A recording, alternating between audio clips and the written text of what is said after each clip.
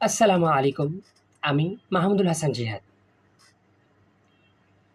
বিগত কয়েক বছর ধরে ইসরায়েল যে বর্বরতা হত্যাযজ্ঞ আমাদের ফিলিস্তিনি মুসলিম ভাইদের উপর চালিয়েছে, সেটি নিয়ে আপনাদের সাথে আলোচনা করব। আমাদের পুরো মুসলিম বিশ্ব যেন চুপচাপ। বিগত কয়েক বছরে ৫৬,০০০-এরও বেশি ফিলিস্তিনি ভাইরা শহীদ হয়েছে। সেখানে না আছে কোনো খাবার পানি, না আছে কারেন্ট, না আছে ইন্টারনেট এবং না আছে তাদের জন্য ওষুধ কিংবা ঘরবাড়ি। পুরো গাজা যেন ধ্বংসস্তূপে পরিণত। পড়ে আছে শুধু নিথর দেহ, একের পর এক লাশ। তারা আমাদের পরবর্তী প্রজন্মকে ধ্বংসস্তূপে পরিণত করতে চাচ্ছে, অথচ আমরা মুসলিম বিশ্ব আজ চুপচাপ। চাইলে আমরাও অনেক কিছু করতে পারি, কিন্তু যেন আমরা দেখেও না দেখার ভান করে বসে আছি। হামাস, হিজবুল্লাহ এবং ইয়েমেনের হুতি বিদ্রোহীরা ছাড়া আর কেই বা তাদেরকে সমর্থন দিচ্ছে, আর কেই বা ইসরায়েলের পাল্টা আঘাত করছে।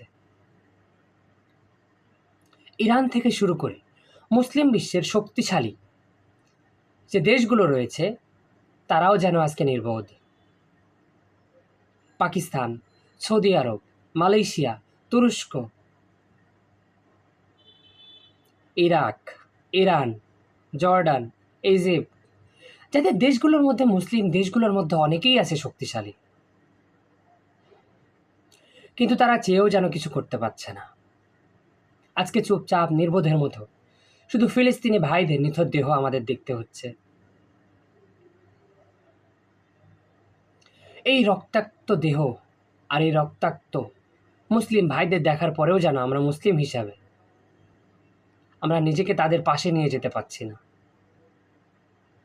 তবে আমাদের বাংলাদেশ থেকে অনেক মুসলিম ভাইয়েরা ফিলিস্তিনি ভাইদের পাশে দাঁড়ানোর জন্য কাজ করছেন। 2025-এর 12ই এপ্রিল প্যালেস্টাইন সলিডারিটি মুভমেন্টের একটি গণজামায়াতের আয়োজন করা হয়েছে।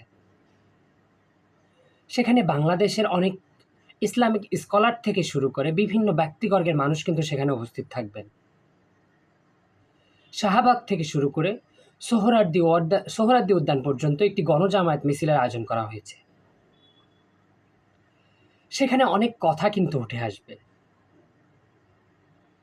ফিলিস্তিনবাসীর এই দুর্দিনে আমরা বাংলাদেশের মুসলিমরা যদি তাদের পাশে না দাঁড়াতে পারি, এর থেকে জঘন্য আর কি হতে পারে। আর্থিকভাবে সহায়তার অনেক প্রয়োজন এখন ফিলিস্তিনে, কারণ তাদের খাদ্য পানি নেই। যে ভিডিওগুলো সামনে আসছে, এগুলো দেখার পরে চোখের পানি ছাড়া আর কী বা বলতে পারি। চোখ দিয়ে অঝরে পানি নেমে আসছে। ঘাস লতাপাতা খেয়ে তাদের জীবনযাপন।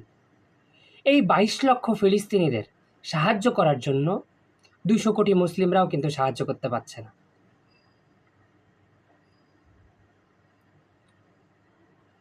এত কিছুর পরেও যে আমরা চুপচাপ, এর জন্য দায়ী কিন্তু আমরা নিজেরাই।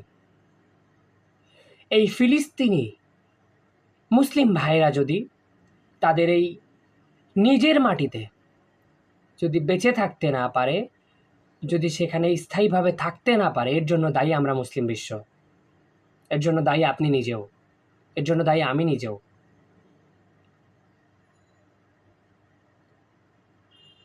কারণ এত হত্যাযজ্ঞর পরেও যদি আপনি ইসরায়েলকে সাপোর্ট করে যান, ইসরায়েল এমনভাবে প্রত্যেকটা দেশের উপর দাঁড়িয়ে রয়েছে, প্রত্যেকটা দেশ চালাচ্ছে ইসরায়েল।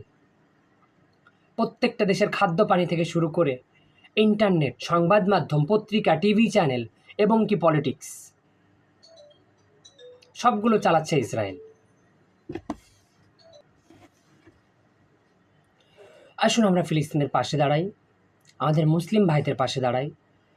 যেই হাতে মুসলিমরা কালেমা তাসবিহ পাঠ করে, সেই হাতেই কিন্তু অস্ত্র ধরতে হবে।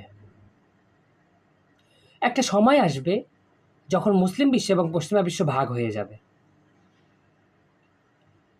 একটি বিশ্বযুদ্ধর সংখ্যা আমরা দেখতে পাচ্ছি।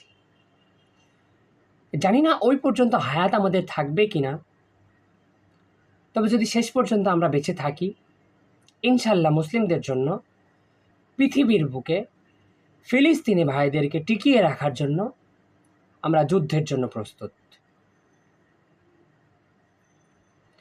সবাই ভালো থাকুন, সুস্থ থাকুন এবং 12ই এপ্রিল মার্চ ফর গাজা ফিলিস্তিন সলিডারিটি মুভমেন্টের এই আয়োজিত গণসম্মেলনে আপনারা সবাই উপস্থিত থাকবেন, আমিও থাকব। সবাই ভালো থাকুন, সুস্থ থাকুন। আবার কোনো একটি ভিডিওতে আপনাদের সাথে দেখা হবে। আসসালামু আলাইকুম।